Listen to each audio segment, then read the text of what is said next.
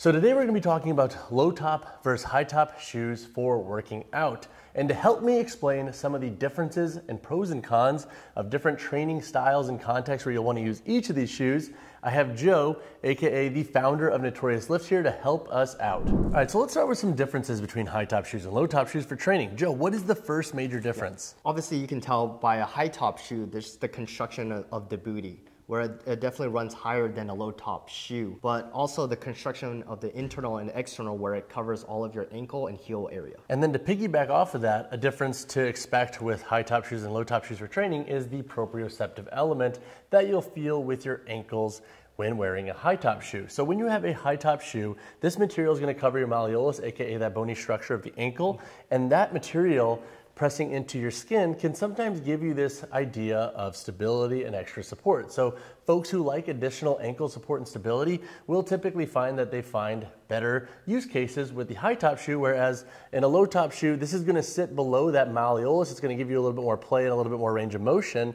And Joe, as a third major difference, will you get less range of motion in a high top shoe traditionally, depending on what you're doing in the gym? It really depends on the high top shoe you wear, because there's different brands that use different materials when it comes to the heel area. Some have where there's really not much construction on the heel area, so there's a little bit more play when you're doing certain rotation. Got it. And then in a low top shoe, obviously, you're going to get the same range of motion all Correct. the time. Yep. Awesome. Let's dive into some pros and cons now, though, with both of these styles of footwear and training. So when chatting on the pros of high top shoes for training, there are two that come to mind. Number one, obviously we already talked about this in our construction section, but it's the stability and ankle support that these can create, or so that perception or that proprioceptive feel that these shoes can give you.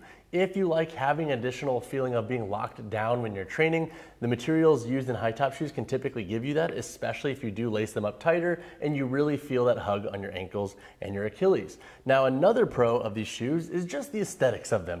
If you like how high top shoes look, you will look good in the gym, look good, feel good, lift good. And that's also why I like wearing high tops sometimes in the gym, is I just love the appearance. I can then rock them out and about. And I feel like we shouldn't overlook that aesthetics point of view in the pro. All right, so Joe, what are some of the pros that come along with training in a low top shoe? They're much more versatile than a high top shoe, where you can run with them, you can do any sort of training with them, but also they're obviously less bulky than in regards to a high top shoe. Yeah, less material and less weight overall. Now, some cons that come along with high top shoes is they are going to have some limitations with functionality. And so to speak to your pro over here, you're not going to have as much versatility in a high top shoe, because with this heavier material or with this thicker material or just higher material at that, even if it is lighter weight, you're probably not going to want to run in a high top shoe, do a ton of plyos in a high top shoe, even sometimes do like CrossFit workouts in a high top shoe, because this can feel a little bit limiting. And then to add to that limiting, another con that can come along with certain high top shoes is if it's thicker material and if it's laced too tightly, it can actually sometimes limit your range of motion. So for example,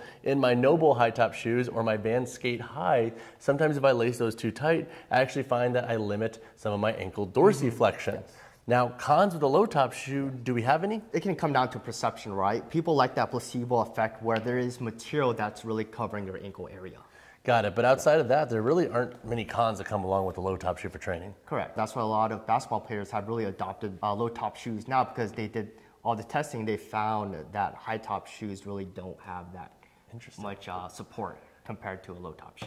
Interesting. Yeah. But now let's dive into some use cases for each and when you might want to consider using a high top shoe or low top shoe for your training. So when it comes to using high top shoes in the gym, there are three areas that I like to typically language using this style of footwear.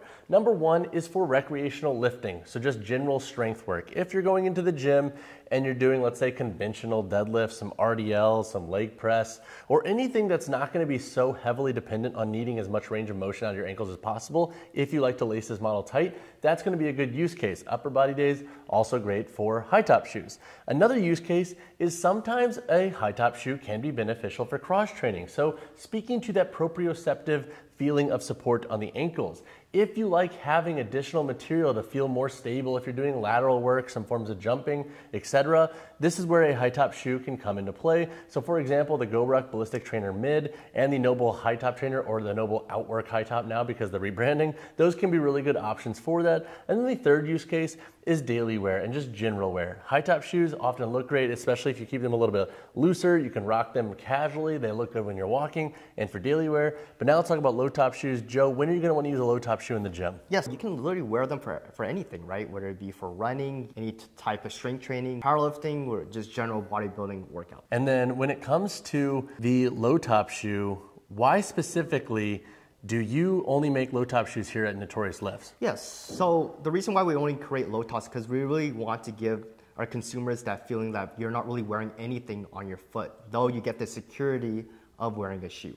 Got it. Generally, this lower top shoe will give you actually more range of motion. Correct, so there's brands out there that might have the booty area kind of run where your ankle is at, but for ours, we had it sit below it. That way there's more freedom with your ankle, so that way you're able to really externally rotate your hips while you're performing a deadlift. Got it. And so what Joe means there is basically when he's doing like a sumo deadlift and he's pushing those knees out and like kind of turning those feet a little bit and sliding them out and pushing away, you can do so more easily with this because this material is never going to limit you. It's going to allow that ankle to move freely. Whereas in a high top shoe, sometimes even if it's not laced really tight, this material can almost make you feel like you're a little bit more limited. And that's that proprioceptive element. So all that to say, high top shoes will have a little bit more limited functionality in the gym. Now, obviously you can technically use them for anything, but it might not be the most comfortable. And then low top shoes, they kind of have free reign and they're gonna be the most versatile option while you're training. All right, y'all, hopefully this video helped clear up when you might want to use a low top shoe versus a high top shoe. Joe, thank you so much for helping us out with this one.